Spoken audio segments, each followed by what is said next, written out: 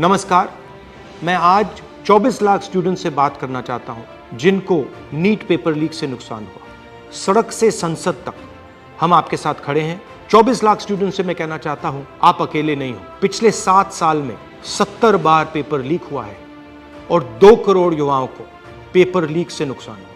एक साथ हम ये लड़ाई लड़ेंगे और ये लड़ाई जीतेंगे। मेन इशू जो है वो हमारा पेपर लीक है। Sir, it's not only about 24 lakh NEET students, it's about whole family. There was a digital leak also this time. हमारे सोशल मीडिया अकाउंट्स बैन किए जा रहे हैं, हमारी वीडियोस डिलीट की जा रही हैं। मेरा माम पूरे सा हम लोग नहीं हो पाता। और आपके हाथ में, अगर आप क्लैरिटी से खड़े हो गए और पीछे नहीं हटे, उन दोनों को आपकी बात माननी पड़ेगी।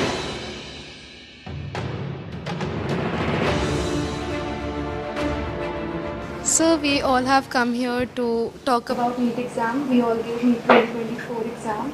And most of us are 620 plus above who are sitting in this room. Last year 610 was the cutoff. बाकी cutoff 657 पहुंच गई है। 630 जो बेंचमार्क होता है एक रिस्पेक्टेबल स्कोर का, उसमें देखो कंपटीशन तो बढ़ता है। तो जो इन्फ्लेशन रेट है वो 40% से सीधा 400%। सर सिर्फ ये बोलना कि कंपटीशन बढ़ गया और पॉपुलेशन बढ़ गया, I don't think this justifies the statement. तो जितने भी सो कॉल टॉपर्स थे 720, 715 एंड 718, 709, उनके जो एक्चुअल मार्क्स थे probably they are below even 640. How does that happen? So maybe I feel that there are major 4 reasons. The first one is obviously paper leak. Second was that there was a digital leak also this time, like on Telegram channels, or majorly there were other platforms as well. Third reason was that there were scams going on which were saying that you just have to leave the blank OMR and the people of the NTA, or maybe I don't know from which association, they will fill those OMR. That is cheating. Yes. It's cheating, and the grace mark is the 4th point, which is not going to impact that much. Sir main issue जो है वो हमारा paper leak है, क्योंकि sir सबसे पहले अनुराग जो students था उसने ऑलरेडी स्टेटमेंट्स में कहा है कि एग्ज़ाम लीक हुआ है। सर एग्ज़ाम लीक हुआ है, उसने ऑलरेडी प्रूवन किया हुआ है। और हम शिक्षा मंत्री श्री धर्मेंद्र प्रधान जी से मिले थे, उन्होंने स्टार्टिंग में कहा था कि एनटीए में कोई ऐसा कुछ गड़बड़ी नहीं हुई है, और जहां पर 2 सेंटर्स पर ये चीज़ देखी गई है उनको हम अभी वहां पर जांच की जाएगी।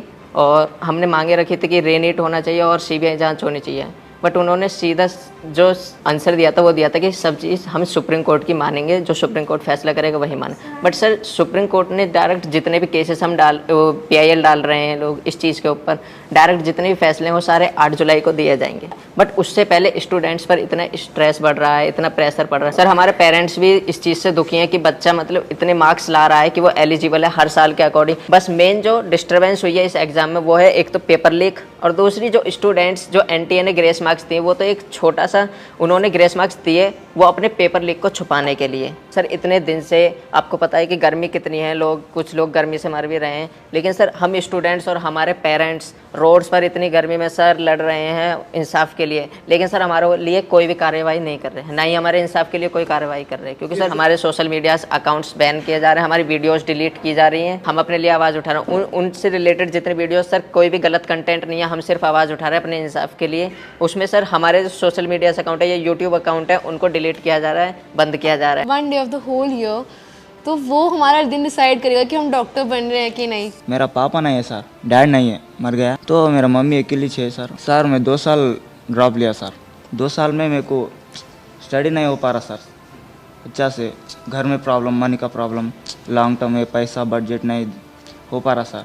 ऐसा मैं सोच के मेरा माइंड भी अब ये भी लोड हो रहा सर, मेरा ब्रेन भी। मेरा माम पूरे सर हम लोग नहीं हो पाता, और एक बार नहीं हो पाता सर लॉन्ग टर्म लेना को, ऐसा सोच रहे। अभी रीनीट कराओ तो इजी होता सर। मतलब सर कंक्लूजन है कि रीनीट ही अब हो सकता है, रीवैल्यूएशन तो कोई नहीं होगा।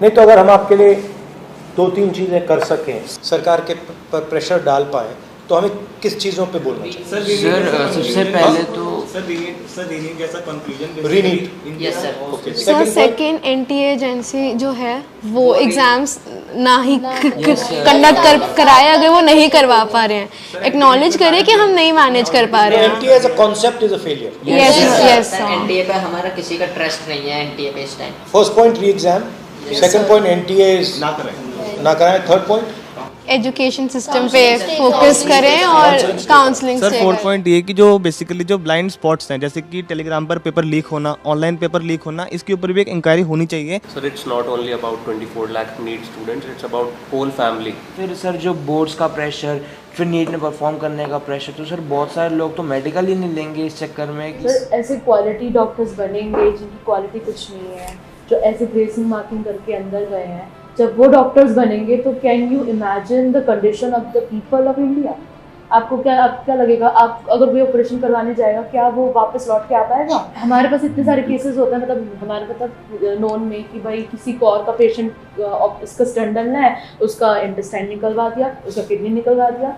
सर ऐसे केसेस, ऐसी मिसहैपनिंग्स इतनी बढ़ जाएंगी, we can not imagine. Sir जो ये रीनीट का कॉन्सेप्ट है और जो ये रीनीट का कंक्लूजन है, ये बेसिकली दो ही बॉडीज़ हैं इंडिया में जो इसकी पावर रखती हैं। First of all supreme court, जिसमें हम अभी काफ़ी ज़्यादा डिपेंडेंसी शो कर रहे हैं, and second ministry of education. Ministry of education ने यूजीसी नेट का एग्ज़ाम भी कैंसिल किया और उसके अंदर लाइक 1 डे के अंदर उन्होंने एग्ज़ाम कैंसिल कर दिया। एक्चुअली ये दोनों ने इसलिए किया है क्योंकि पॉलिटिकल प्रेशर आया है, यस क्योंकि आप लोग मतलब चुप नहीं बैठे हो। यस सर, वो दोनों इंस्टीट्यूशंस निर्णय जब लेंगे जब आप प्रेशर डालो। यस सर, अगर आपने ठीक से प्रेशर डाला और आप पीछे नहीं हटिए, और अगर आप काफ़ी स्टूडेंट्स आ जाएंगे तो वो दोनों इंस्टीट्यूशंस इसको कैंसिल कर दें। पावर ना कोर्ट के हाथ में है ना मिनिस्ट्री के हाथ में है, पावर आपके हाथ में है।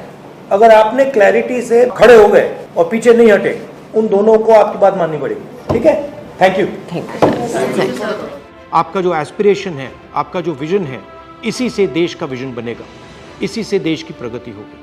अगर सरकार आपकी रक्षा नहीं कर सकती है तो ऑपोजिशन आपकी रक्षा करेगी। ये जो आपका मुद्दा है, इसको मैं पर्सनली संसद में आपके लिए उठाऊंगा और पूरा का पूरा दबाव हम सरकार पे डालेंगे। धन्यवाद।